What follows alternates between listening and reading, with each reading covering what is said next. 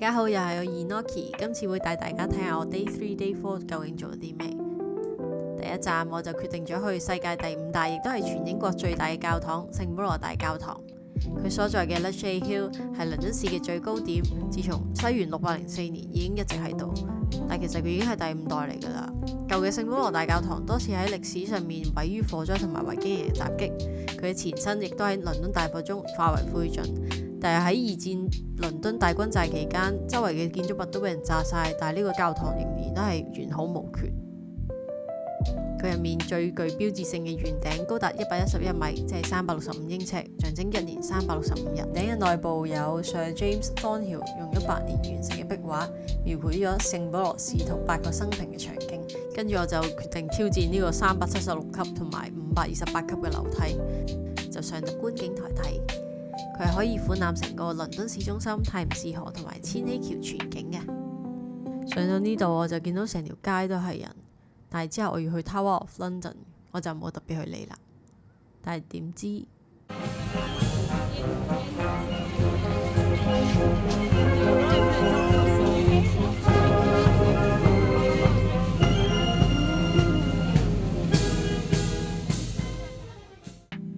搞咗2個幾鐘，我終於到咗 Tower of London。我係遲咗勁多，好彩 London Pass 係有得改時間。啱啱喺聖坡度俾人塞住咗2個鐘，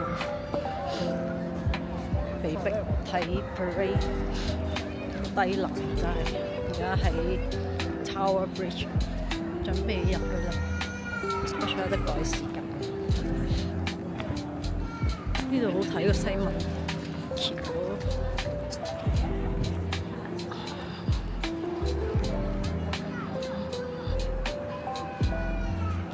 靚勁波。日落西山，我都要快啲睇完 Tower Bridge 再去睇 Tower of London， 因為就係閂門啦。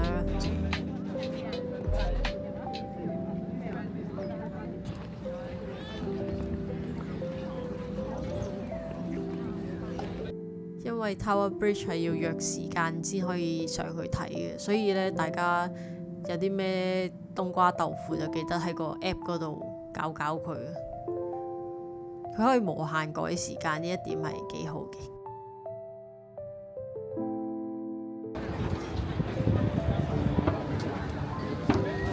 好大隻狗！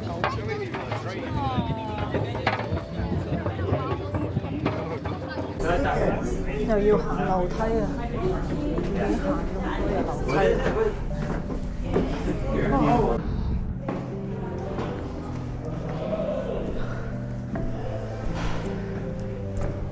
又行咗咁多級樓梯，我終於到咗呢個 Tower Bridge。好多人嚟到倫敦都以為呢座嘢叫做 London Bridge， 但係其實佢係叫 Tower Bridge 啦。真正嘅 London Bridge 咧，其實係外觀非常之普通，甚至係好平無奇嘅水泥馬路，所以唔好認錯啊！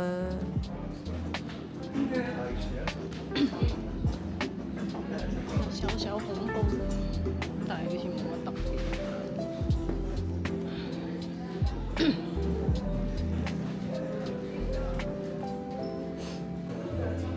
太陽都就快落山啦，所以我要快啲衝去隔離嘅倫敦塔 Tower of London。雖然佢叫做倫敦塔，但其實佢係一座由無數塔組成嘅中世紀城堡。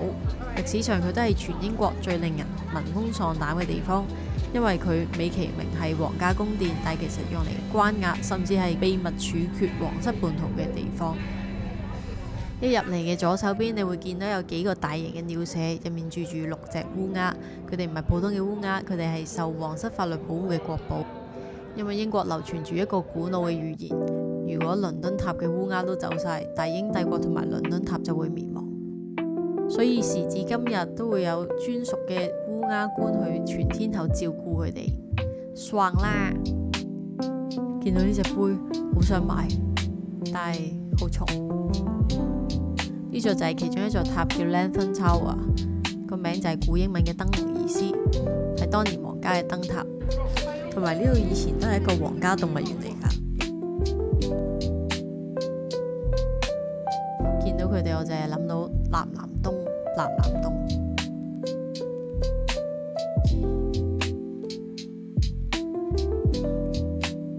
呢個就係白塔啦 ，White Tower， 亦都係倫敦塔嘅主塔。佢喺11世紀由威廉一世建造，亦都係成個城堡最古老嘅核心。呢個以前係國王嘅防禦要塞，亦都係有審問犯人嘅恐怖地牢。而家入面全部擺滿晒皇家軍械庫嘅天價盔甲同埋武器，一定要打個卡啦！呢一區中世紀皇宮係當年亨利3世同埋愛德華1世嘅私人生活區，入面還原咗700年前奢華國王寢室同埋大廳。睇到呢度，我即刻諗到 Kingdom Come Deliverance， 我超想玩佢個 DLC， 仲未玩啊！當然唔少得係樓梯啦，仍然都係樓梯。喺睇完之前陰森嘅地牢啊，嗰啲好得人驚嘅歷史，去咗呢個區域呢，係完全可以中和翻本身個心情，係超好多。諗翻打機啲嘢可以有翻少少生活感同埋皇家浪漫。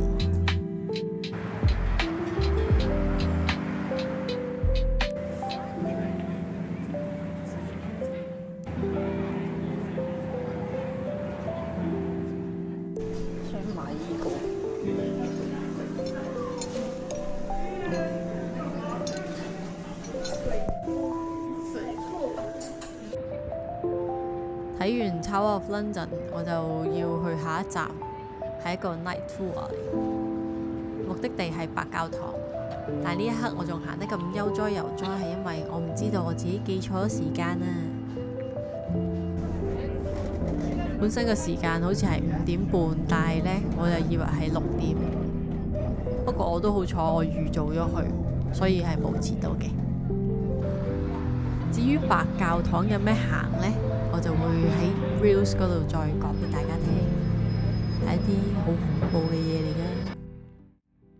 哇！咁快嚟到 Day 3，本身今日諗住去 Soho 嗰度食 burger 同埋食龍蝦，但係好攰，跟住然後倫敦又開始凍，日日都好似着錯衫咁啊！唔係，琴日都着啱嘅。哇！夜晚凍到 PK。頂唔順啊！要翻屋企繼續食馬莎。如果唔係，都係本身係會食好東西。唉，然後我又想去 Belfast 嗰個展覽，但係又去唔到，因為太趕。最緊要其實都係嗰個 parade Lady Mayor 嘅 parade 啦。臨時突然間就出現咗喺我前面，跟住就 block 咗條路，直情逼住要睇，冇辦法。但係 OK 嘅，幾好睇嘅，但係好攰咯，無啦啦就喺條街企咗2個幾鐘，跟住仲要等佢散場咧，又要等咗成半個鐘先肯開閘。佢哋好似冇乜系統咁嘅做嘢，好奇怪。不過 anyway 都睇咗幾多景點，然後行咗好多樓梯，好攰，同埋又凍又熱咧，驚有病。唉，本身都已經咳咗好耐，希望冇事啦。依家叮嘢食先。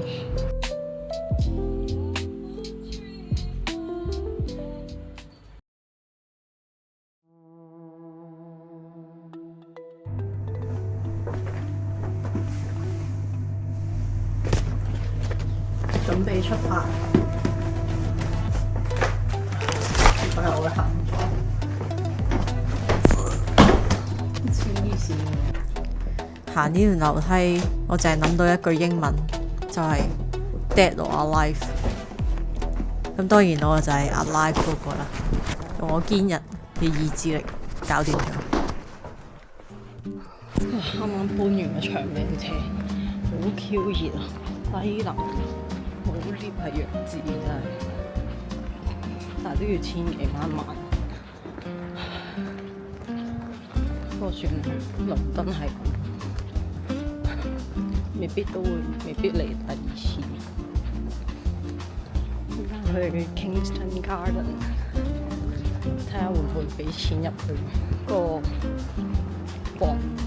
皇室住嘅地方，係啦，好似幾靚，再睇下點先。入到公園冇耐就見到呢啲熟悉嘅面孔，去邊都見到佢哋啊！我去親旅行都要去唔同嘅公園，因為真係好放鬆，唔使對住好多人，淨係對住啲花花草草啊、動物就已經好開心。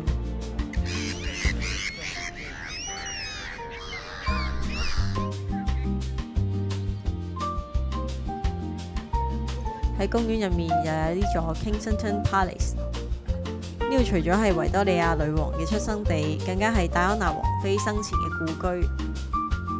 如今嘅威廉王子同埋 Kate 都曾經住喺度㗎。相比白金漢宮嘅拘謹，呢度見證更加多皇室最私密嘅情感同埋秘密。但係最穩陣嚟呢度參觀嘅方法都一定係上一啲網站買咗張飛 book 好晒時間先入嚟。雖然佢有售票處可以買即日飛，但係佢有場內人數管制，所以可能要等幾個鐘㗎。呢個展廳我都幾中意㗎，因為有好多冰冰嘅冠冕，任影唔嬲，亦都係大有來頭㗎。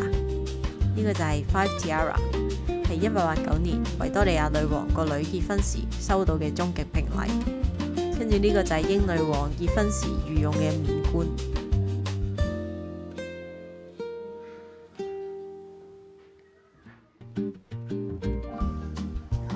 估唔到佢哋以前玩嘅玩具同我哋而家玩嘅玩具都好似差唔多，森林家族啊、波子棋啊之類嘅嘢。當然皇室都有好多規矩要守啦，唔知大家見到呢啲規矩會唔會仲想做公主或者王子呢？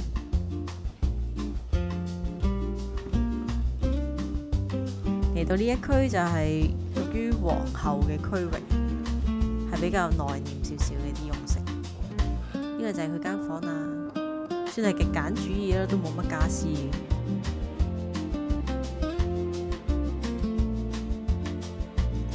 跟住就行返啲屬於我啲平民嘅路。跟住呢一區就係屬於國王嘅區域，相比起皇后嗰邊，呢邊係顯得更加金碧輝煌，氣勢磅礴。可能係男人係要面啲嘅，又或者佢哋要成日接待唔同嘅賓客。佢哋呢啲台嘅 detail 都做得好好，好靚。呢度全部都係用咗巴洛克式嘅金箔雕刻同埋巨大水晶吊燈，而最震撼嘅就係畫面中央呢個18世紀嘅大英帝國天文時鐘。喺中世紀嘅皇室就係咁着㗎啦。fashion 嘅嘢我識條鐵啊！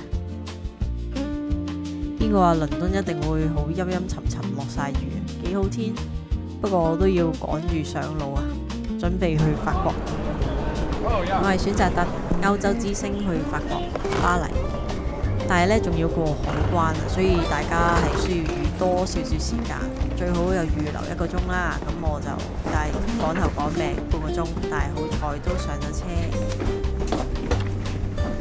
車飛就越早買越平啦。咁就我本身個張呢，就大概好似600-700蚊，但係我係臨出發前又屎忽痕走去睇呢，已經成1000幾蚊，所以建議大家可以早啲買。預備好晒，咁就慳翻好多錢啦。附上一個咖啡奶同埋朱古力包。下一集我會同大家分享下我喺巴黎做過嘅嘢，同埋想講下點解我要決定嚟歐洲1個半月呢。不過老土啲都要講一句 You only live once， 所以要做多啲自己想做嘅嘢。回頭見。